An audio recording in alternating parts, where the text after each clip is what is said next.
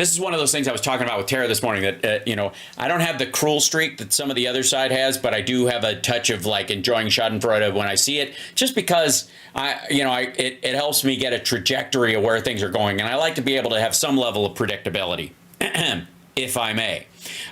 This is, and I don't even know if Jimmy Dore is in this fucking video because he's been out and about. He's been on vacation. These Marxist millionaires got to have some time alone. They need some me time. Me time for Marxist millionaires. This is his next show. He's in the club. This is Soros and Trump. And then this is Bessent, who is Soros's dude. Now, I mentioned this, that Bessent is gay, has 2 kids with his husband, and is worked for Soros for years. He's a currency manipulator. And I'm curious to see if Dore has any of the nerve to have any buyer's remorse.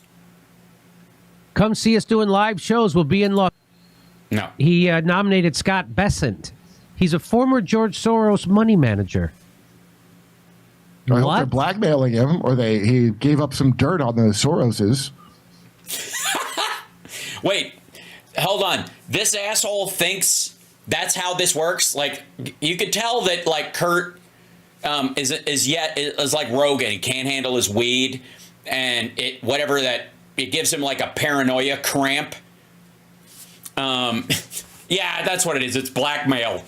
It couldn't possibly be that he's a rich fuck who only cares about being around other rich fucks. It couldn't be that. He's a man of the people. It's Donald Trump. He's just like us.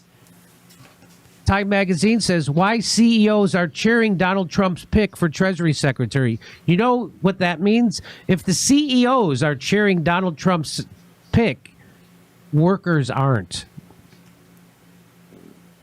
Sorry, this reminds me of the fucking Death Becomes Her scene. Now a warning? Yeah, dummy. How the fuck did you think this was going to turn out? Hold on. Did you actually think the people standing behind... hold on. Kale Link, we'll talk about this in a second. She just asked this question. Do you think China just found a big gold deposit? No, and it won't matter anyways. The gold standarding of it is that ship has sailed, and they're already in trouble. As an internal currency, it could possibly work, but they don't need it. Anyways, it's weird. So they need it for electronics more than they need it for actual currency. No. So, but that said, I don't know what this asshole is smiling about. He's your dude. You've been giving Trump a rusty trombone for 2 fucking years. Just so you know, if CEOs are loving it, that means workers aren't. If Wall Street is loving, you can't be pro Wall Street and pro worker. They're diametrically opposed to each other. In the words of Wall Street. Was he going to say greed is good? From the Yale School of Management, Jeffrey Sonnenfeld, Senior Associate Dean of Leadership Studies and Lester Crown Professor in the Practice of Management. Did he write this? Is that who wrote this? No. Yes. Well, by 2. That's who wrote this. Stephen Tien. Now, is he saying that as a negative or a positive about this guy? Well, we're going to find out, Kurt. Okay. The announcement that President-elect Donald Trump's long-anticipated pick for Treasury Secretary will be head. Also, real quick, I think this is very indicative of something. Because I don't have a lot of time, and their take on this is going to be just as dumb as Glenn's take on Law and Order is. But if I may, let me pop this back a second. I want you to listen to what Kurt says. Kurt says, does this guy like it? The guy who wrote this, the guy from the Yale School of Management. Shouldn't matter. If he's either reporting the news that's true, either CEOs really feel this way, or they don't. Who gives a fuck whether this guy likes it or not? It's true or it isn't. And whether it's true or not is what actually affects your fucking life. But notice how Kurt focuses, as does Jimmy to some degree, I suppose, on who's written the article and how they feel about it and whether they're for it or against it. And the reality of it has almost no bearing. Listen to him again. Yale School of Management, Jeffrey Sonnenfeld, Senior Associate Dean of... Mr. Mitwit, Hal drinks too much coffee. I have not had any coffee today.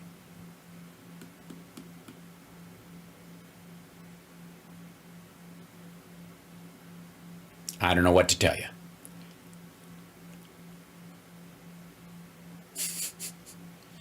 I do, if I may, gussy up my energy, as we do in the South, for performance time, so that I'm not like, hey, man, what's going on? What's going on? What's happening? Because it's a show, and I'm also trying to entertain while I educate, so I don't want to sit around like this dipshit and go, what does it say over here? I don't give a shit. Anyways, what do we know? I don't know. Do we know it even? I don't even know. Maybe I'll get mad once a show. I just don't feel like that's a good strategy. I don't think that's good for your audience, and I don't think it's right. I think it's wrong. However, if you would like me to do a yes, it is it's adrenochrome. That's exactly what it is. I one dose of it 10 years ago, and I'm still bing. No. That if you want me to do like a laid back kind of Venus flytrap show late in the night where I can, or just lay into it. Hey, baby, how you guys doing? Tonight we're going to be playing slow hits. All right. Leadership Studies and Lester Crown Professor in the Practice of Management. Did he write this? Is that who wrote this? Yes. Yes. By two. Also, by the way, doesn't Jimmy put all these things? He pulls these things and he puts them in. They use like Keynote or something, and he just has them pop it up on there, and then they put it in buttons. Somebody who produces it for him arranges this because he's a fucking boy, and he doesn't know how to run his machinery. And they always end up cutting off parts of this because they're always oblong and scissored out because he takes out either a detail or the fact, well, this article is 6 days old or whatever it is when he plays old shit. Yeah, anyways, never mind. We'll continue. That's who wrote and this. Stephen Tien. Now, is he saying that as a negative or a positive about this guy? Well, we're going to find out, Kurt. And by the way, notice how that matters to Kurt. First of all, I'm sure there are a myriad of takes that, if this is true, you could go, CEOs love him, and I hate that. CEOs love him, and I love that, right? There's obviously a spectrum of people that write about such things that would support this, right? So who gives a shit? And if it is the guy who supports it, why is Jimmy pulling that article? And if it matters, and if they're getting it's just stupid. Like the idea that is more concerning to him. Does this guy like the fact that CEOs like him? Should I even trust his writing then? Like, well, Jimmy does because he's fucking posting it online. Okay. The announcement that President-elect Donald Trump's long-anticipated pick for Treasury Secretary will be hedge fund manager Scott Bessent is being received well by business leaders and markets who are reassured that Bessent finally emerged on top after a selection process and jockeying by top candidates. Indeed, I heard from several CEOs who had been on edge over the last couple of weeks as Trump's search for Treasury Secretary remained unfinished, raising different sets of concerns about other contenders. By far, Bessent, a global macro investor, was the only contender whose CEOs viewed as qualified and competent and able to work constructively with Trump. As I told the Washington Post, Bessent has the backing of everybody on Wall Street. Okay, first of all, I'm fairly certain, unless this is the people that run Time Magazine are now quoting certain people as if they are Jesus, that they don't have red text, that he made that text red to specify it. Hey, asshole, you said Trump was better than Harris. Cross the board. You backed him and supported him at every fucking turn. I don't want to hear it. He's your dude. He's going to give you a tax break. Because of how much money this asshole makes, he's going to benefit from Trump's tax breaks becoming permanent. Just be clear about that.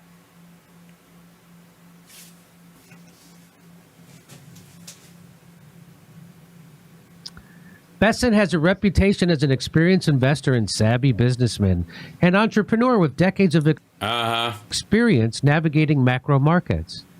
The list of Wait, Jimmy, explain to us what macro markets are. Don't just breeze right by it. You know what? He probably will. Bessent supporters, mentors, and business partners reads as a who's who of Wall Street across institutions and political parties. After getting his start on Wall Street as an intern and a legendary investor, Jim Rogers, Bessent worked at Brown Brothers Harriman before joining up with Jim Chanos, the short seller who correctly predicted the downfall of Enron, Wirecard, and other corporate disasters. Bessent then became a partner to George Soros at the Soros. Shouldn't you be able to say his name better, since you apparently are one of his operatives, according to the right, even though apparently you attack everything he's about? This is the part where, and I guess the idea is that Soros represents, for the right anyways, the everything fauxgressives stand for. Defund the police, decriminalization of everything, adrenochrome trafficking, whatever. George Soros.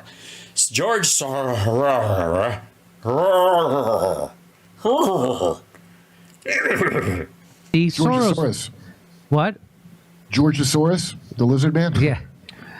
At the George Soros. That was good. You should have written that down. But you didn't put that on Jimmy's list of Kurt jokes? Fund management, where alongside Stanley Druckenmiller, really, that's a real name. He was a driving. No, it's not. At the Soros. What? George Soros, the lizard man? Yeah. Mm-hmm. At the George Soros Fund Management, where alongside Stanley Druckenmiller. Mm-hmm. Really, that's a real name. No, it isn't. Druckenmiller is a real name. Drunkenmiller is a vocation you won't have very long. What happened to Charlie? We had to let him go. Why? He fired him? No, he fell into the mill. Ew. Again? And this time, he didn't get out. He was a driving force behind perhaps Soros' most famous trade in 1992, shorting the British pound, which won George Soros, Bessent, and their team over $1 billion in profit. That's a bad sign, because that was Soros is an asset of MI6, and that was so they could keep the pound and not have to lose it when they went into the euro, and then they pretended like, oh, Soros, you broke the bank, but they wanted that to happen. And then they didn't. They went to the euro. Roughly half of $4 billion capital behind Bessent's own firm, Key Square, came from Soros investment. Really? What? How did I not know this? Jesus. And I thought, but Trump's a man of the people. Fucking hell. Really? Is this the standard? Is this how? This is what they do. Like, this is just the fuck around and find out crowd. Jimmy and Kurt crack corn together. They're the corn children, and some people get. Yeah, it's true.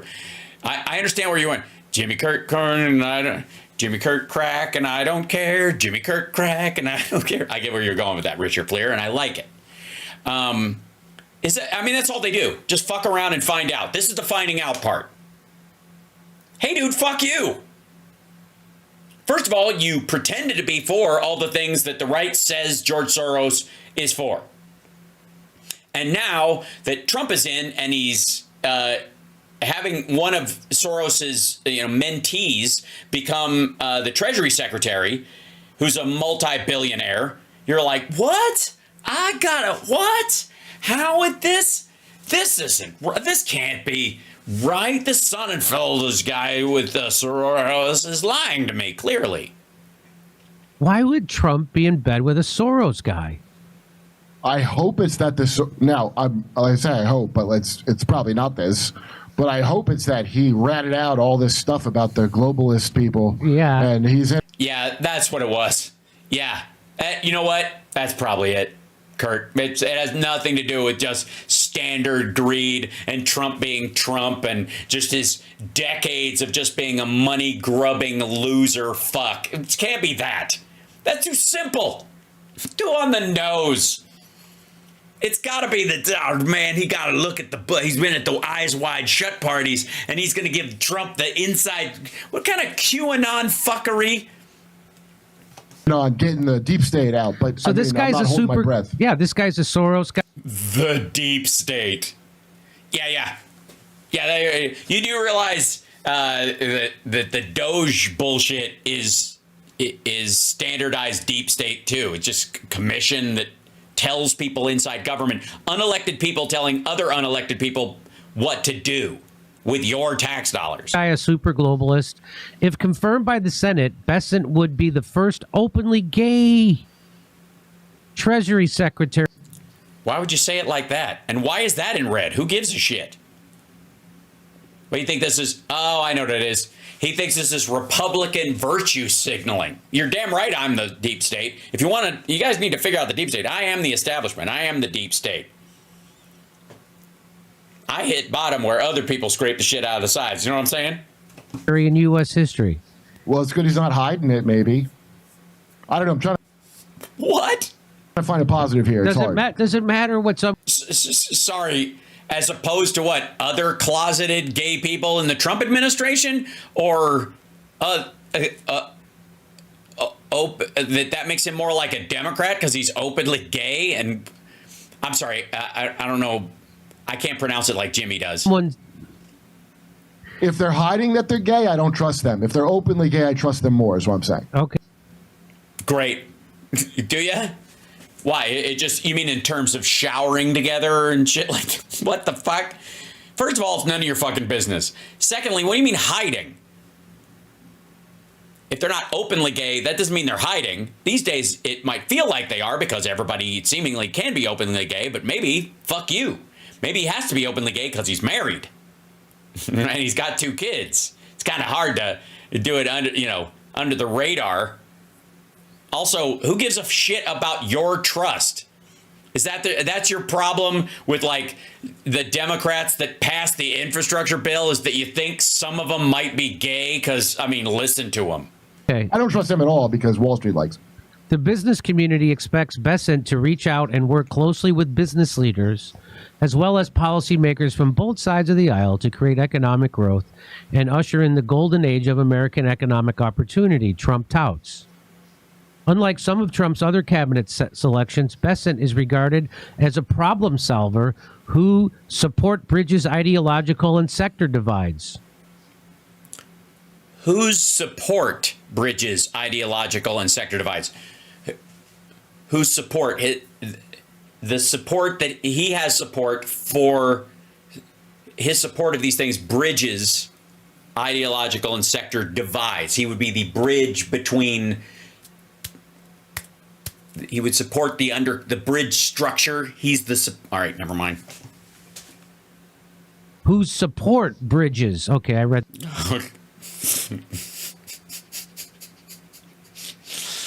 Oh, God. That incorrectly. His support bridges idea. So they're saying this guy can work. Oh, wait. We're going to get an explanation. This should be good. Hold on. I think it needs a soundtrack. Methinks. There you go. With Wall Street puppets on the left and Wall Street puppets on the right. But is he as smart as Janet Yellen? That's the question. That's the question. Well, he's a longtime Republican and a loyal supporter of Trump, but he has also given generously to Democratic presidential candidates, including Al Gore and Barack Obama. It's almost okay. This is now that he's helped Trump get into office, because Jimmy was all in on Trump. 100% Trump boy. Just a Trump butt suck through and through. Both him and Kurt. All this political correctness and all this, the transes and all the women's and all the Burmisma. Oh, we got to put a stop to that. We need somebody. We need new Trump in town. Let's do it. Let's do Trump 2.0. He'll be even better and bigger and meaner and faster than he was before. And, oh, shit, what? Oh, right. I forgot. I've been lying to myself for 4 fucking It's years. like That's good. it's almost like a uniparty economically. Huh.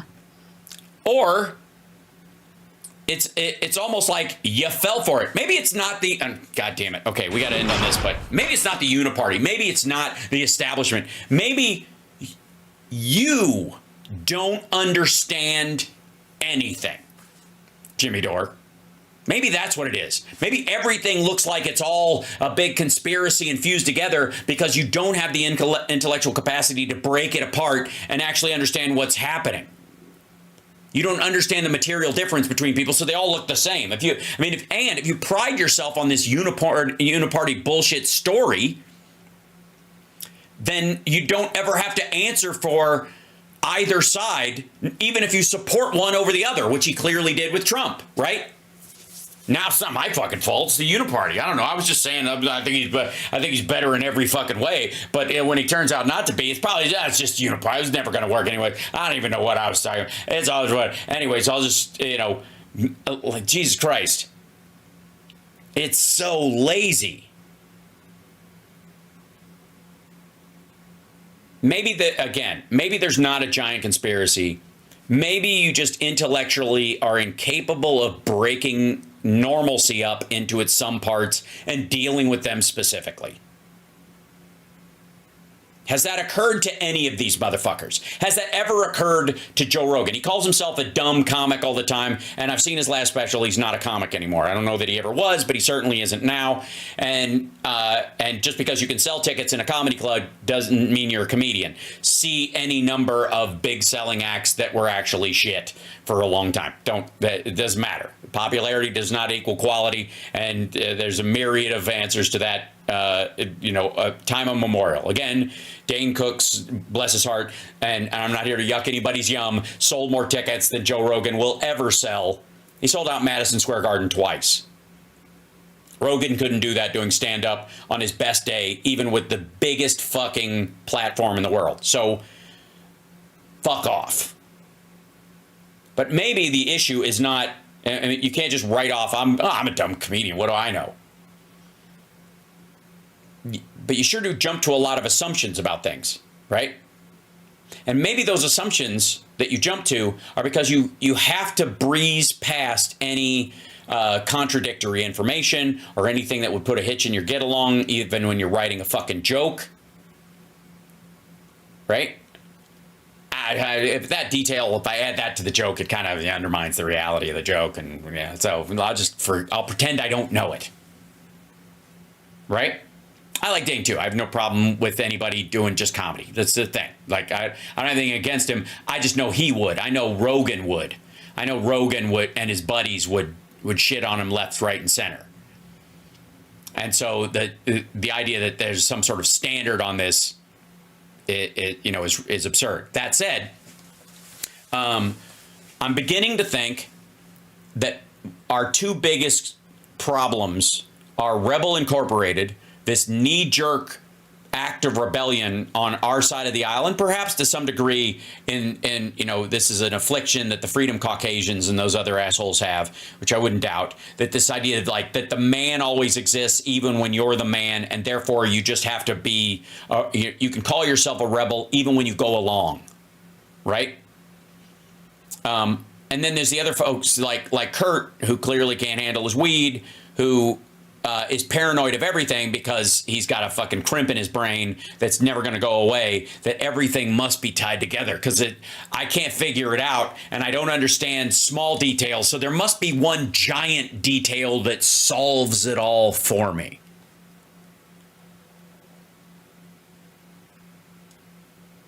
What if I told you there isn't one?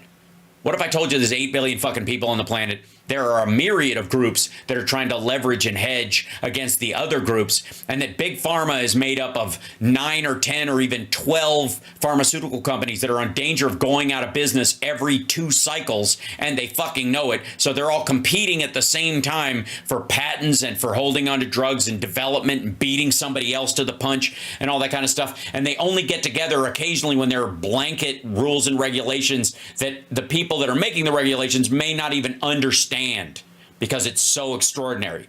Same thing with big tech. You think Apple and Twitter and Facebook and Snapchat and Dell are the same fucking group of people fighting for the same thing? You think OpenAI and Meta are on the same team right now? You think all the AI companies are conspiring with each other right now?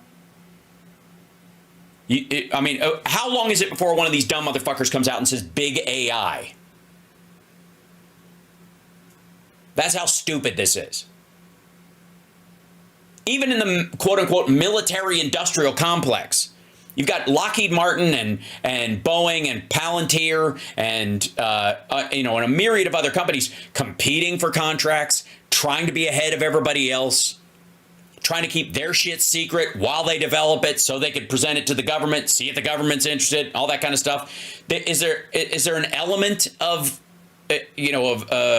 people leaving the government and going to work for these places? Yeah. You'd be stupid not to hire them. If you're on that company, you're like, oh, yeah, I got an idea where they're headed or what their thinking is like, and so we'll build towards that. Doesn't mean we're going to make it. Doesn't mean we're going to win. Doesn't mean we're going to be guaranteed this fucking contract because we have this dude on our team. But we might know where they're going from a strategic standpoint because of where they were. 3000 SUX. Whisper Mason, I swear to God, I love you for bringing that up. Because I swear, OCP broke people's brains. And I love RoboCop as a movie, but the concept of OCP became this OCP is to corporations and people's beliefs about corporations in the United States what Skynet is to AI. Right? That's how people think about this stuff. And because it's simple. And I got to tell you, this shit is complicated and has myriads of groups. And here's the thing. If you want to pick winners and losers, make sure somebody that's a more ethical company wins over another one, one of the things that you have to do is understand the differences between the companies and make, again, a lesser of two evils choice in some of these. OCP is Omni Consumer Products. It's the company that made RoboCop in the movie. And a ton of people saw that fucking movie and it imprinted on their brain that that's how everything runs. Right? It's amazing how you can just, especially the Glenn Becks of the world and fucking Jimmy Dore and stuff, you can see it. You can fucking see it in how they react to things. But let me tell you, one of the things, they always, and I'll end on this, and I know this is what makes this the greatest live stream in the history of live streams, but one of the things we always hear from people in terms of that there's a paralysis, like when it comes to Russia or China, controlling their own people. One of the things that the ways that they're known to do it, and that book on tyranny discusses this as well, is overwhelm.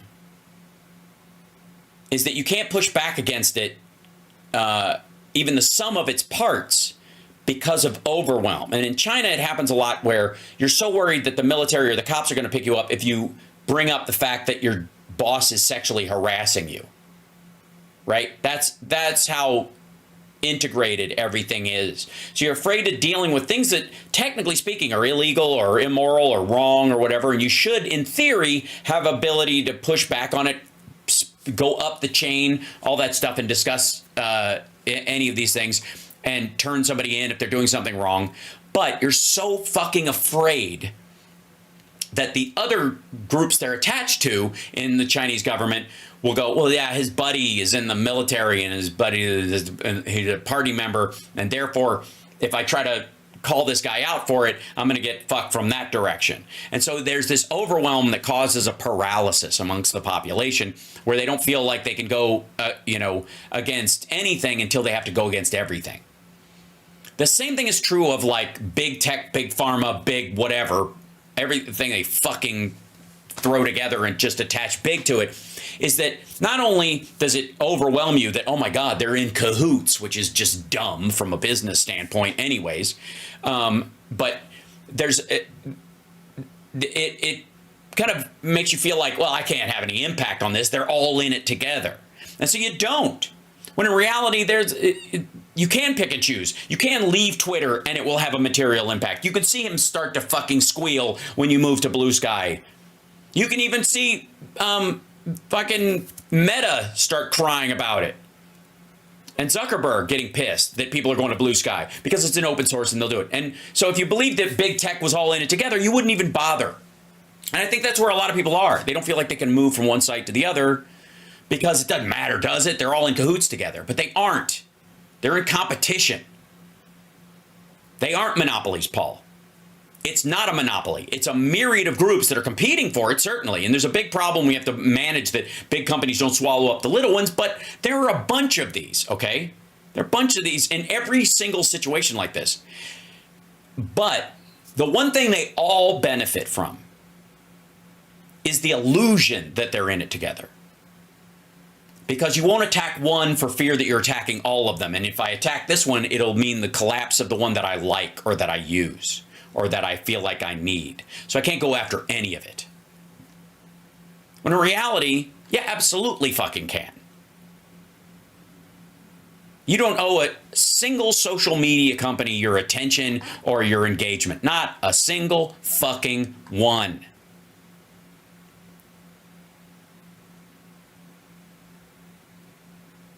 Hold on. Somebody just said, how you seem to enjoin China and America? Not at all. I'm saying we don't work like that.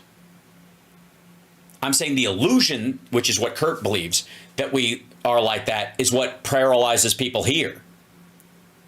There's that old story about that if you tie a rope to the leg of a baby elephant and stake it to the ground where it can't break free, when it grows up, you could still tie the same stake and the same rope around their ankle, and even though it could pull it up very easily, it won't leave because it believes it holds them there. An elephant's memory works that way as well, in a negative sense. And so because you couldn't move before, you feel like you can't try. Paul, I do indeed love the Chinese people, and I pity them. And if you want to see real Chinese culture, please go to Taiwan. It's a lovely country with wonderful Chinese culture and food, and great tea, and the greatest dumpling house that exists, which of course Din Tai Fung. But this illusion of the Illuminati, this illusion of all these things, both benefits the parts. All the pharmacy companies benefit from people being too afraid that, oh man, if I attack this one company, we need the rest of them, because who the fuck's going to make antibiotics, right? There's a ton of reason why they benefit from your fear of going after the individual. The Sacklers, for example, Purdue Pharmaceutical benefited specifically from the protection of the idea that big pharma is a thing. When they were separate from that, they were almost uniquely responsible for fentanyl and oxycodone and Oxycontin coming to market. That's what I'm telling you. That's important, because if there was a giant organization that ran everything and you really believed that, you'd be paralyzed by it. You'd be shockingly paralyzed by it. Right? Fuck, they own the satellites. You can't go outside. They know everything you buy. They know everything you look at online. Remember, think this is how all these assholes think. If you believed it for a second, you believe it forever, unless you go back on it. And they all have said this at one point or another. It's dumb. It's fucking ridiculous. But it benefits those in power because it paralyzes you. You don't think there's any, as an individual, you don't have a recourse against big pharma. But if you separated it all into its parts, you sure as fuck could have gone after Purdue Pharma earlier, right? Maybe saved a bunch of lives. But Jesus, big pharma, it's out there. the military industrial complex. We can't go after one company that's fraudulent because of the military industrial complex. Maybe Boeing's like fighter wing isn't going to work. So fuck them. And we move on to the next company that wants to make stuff and do it right. Get where I'm going? Do you understand? Does that make sense, chat room? Because I'm fucking so tired of this bullshit, they giant Illuminati horse shit that we get sold because it freezes everybody in place. And it's so much fucking smaller.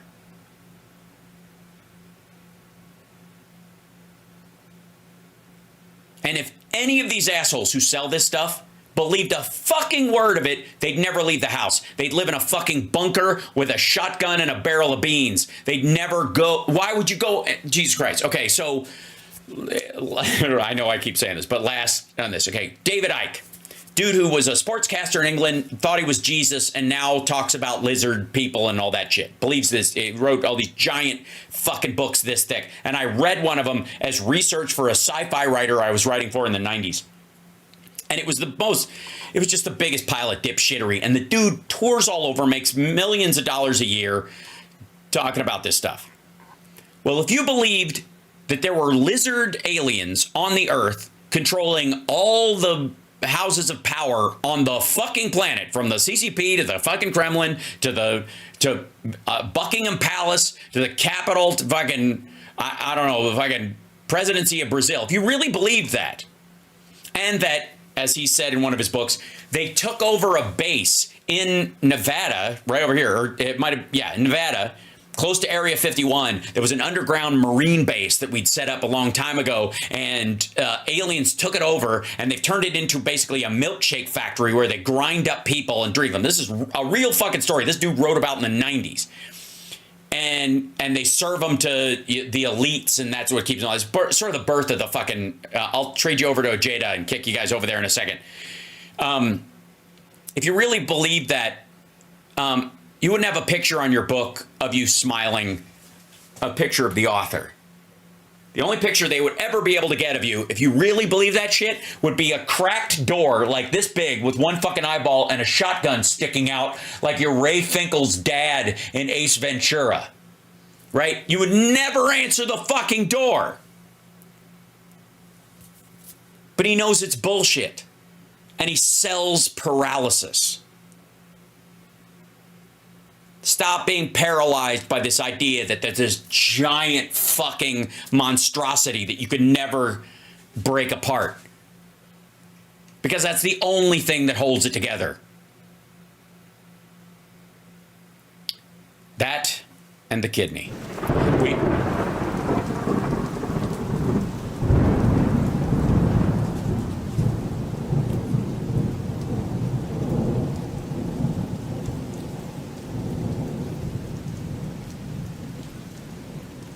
The kidney has a very special place in the heart.